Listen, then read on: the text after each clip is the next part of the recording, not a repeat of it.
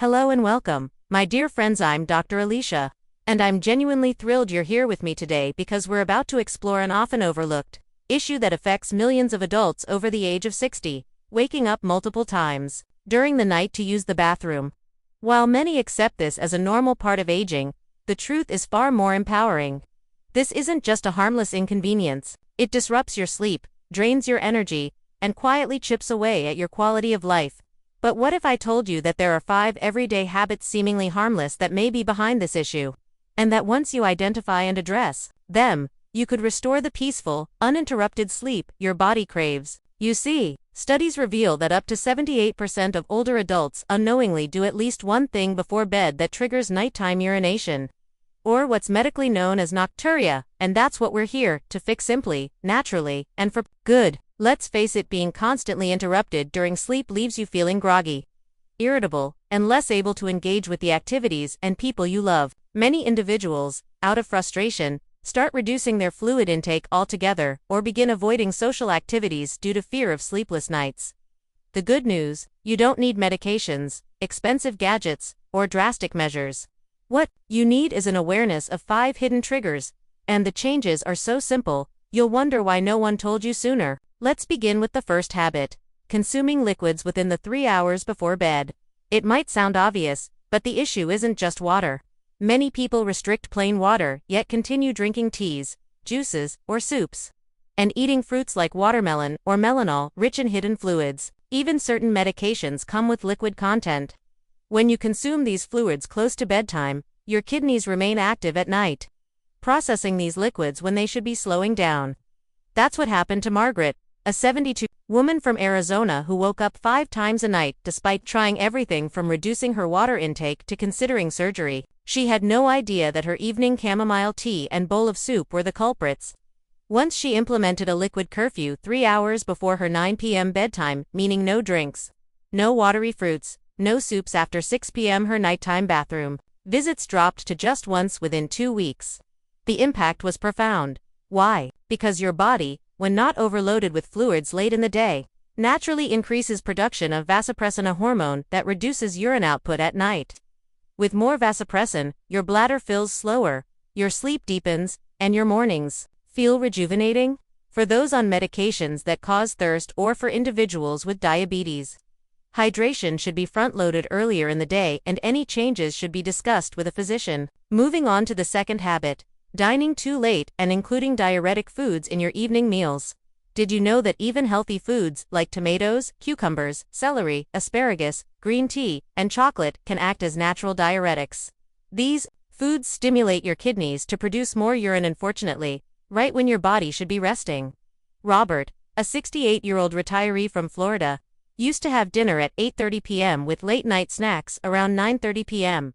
His meals often included green tea and raw vegetables, which he believed were helping his digestion. Instead, he was waking up like clockwork at 1 o'clock, 3:30, and 5:30 a.m. Once Robert adjusted his dinner time to 6:30 p.m. and cut out diuretic foods after 4 p.m., his sleep improved within days. In fact, after 3 weeks, he was sleeping 6 uninterrupted hours every night.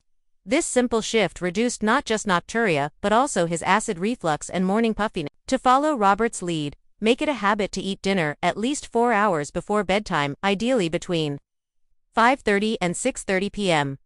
Choose nighttime-friendly foods such as lean protein, sweet potatoes, rice, bananas, or steamed vegetables. Avoid high-sodium foods and caffeine, which can delay digestion and water processing, triggering nighttime urination. Let's now address the third habit, what might be the most surprising: using the bathroom just in case before bed, even when you don't feel a strong urge. While it seems like a smart precaution, this habit actually trains your bladder to empty prematurely. Over time, your bladder adapts and starts sending urgency signals even when it's barely full. Dorothy, a 74-year-old from Seattle, believed she was being proactive by using the bathroom every night before bed, whether she needed to or not. But this routine trained her bladder to operate at a reduced capacity, causing it to signal urgency with just a small amount of urine. After adopting a bladder retraining technique, only going to the bathroom when she genuinely felt the urge, Dorothy slowly restored her bladder's natural storage function. Within weeks, she was sleeping 5 to 6 uninterrupted hours each Night. To adopt this habit safely, follow the real need rule. Only urinate before bed if the urge is clear and strong. If you feel anxious, distract yourself with a calming activity for 15 to 20 minutes and reassess.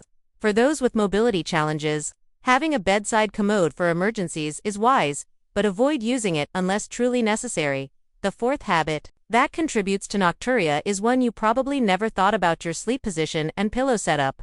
That's right. The way you position your body at night can either help or harm your bladder and circulation. Sleeping on your stomach or in positions that compress your abdomen increases physical pressure on the bladder, prompting more frequent signals to urinate.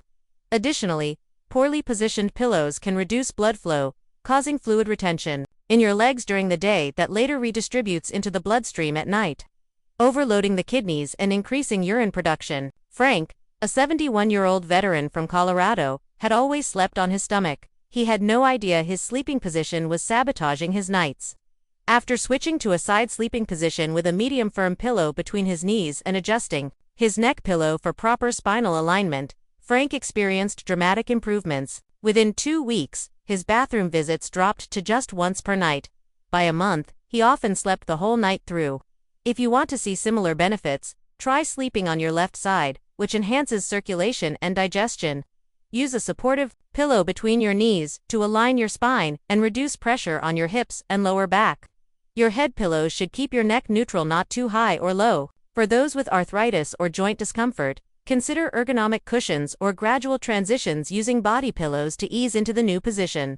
Now, let's talk about the fifth and final hidden habit that impacts nocturia more than most people. Realize your bedroom temperature and your sleepwear. Your body needs to cool slightly at night to produce vasopressin and melatonin, two essential hormones for deep sleep and reduced urine production. But if your room is too hot or your pajamas too heavy, this thermal regulation is disrupted. Eleanor, a 69-year-old retired teacher from Miami, always slept in thick pajamas with no air conditioning, believing it was just her comfort preference. But her body was in a constant state of thermal stress, sweating at night and producing more urine. Once she adjusted her room temperature to a cool P-20 degrees Celsius, a -68 degrees Fahrenheit, and switched to lightweight, breathable cotton sleepwear, she noticed immediate changes. In less than a week, her bathroom trips went from 5 to 2, and by the third week, she often slept straight through the night.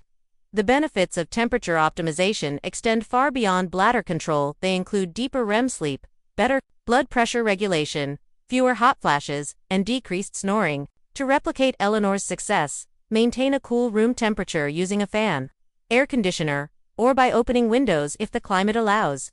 Wear breathable sleepwear made of cotton, bamboo, or linen. Use light bedding and avoid thick comforters that trap heat. If you tend to get cold at night, dress in layers that can be easily adjusted. For those on medications that affect body temperature, consult your physician before making major adjustments. Now that you know the 5 key habits that may be undermining your night's liquid intake: late dining with diuretic foods, using the bathroom unnecessarily, poor sleeping posture, and thermal imbalance, it's time to bring them all together in a sustainable action plan. Implementing even one of these habits can yield noticeable improvements, but combining them multiplies the results. You have the power to restore peaceful, uninterrupted sleep without relying on invasive procedures or medications. All it takes is a series of simple, evidence-backed adjustments that work in harmony with your body's natural rhythms. Whether you're adjusting your hydration schedule, shifting your dinner time, training your bladder, correcting your sleep position, or optimizing your bedroom climate, each small step brings you closer to revitalized energy, sharper mental focus, improved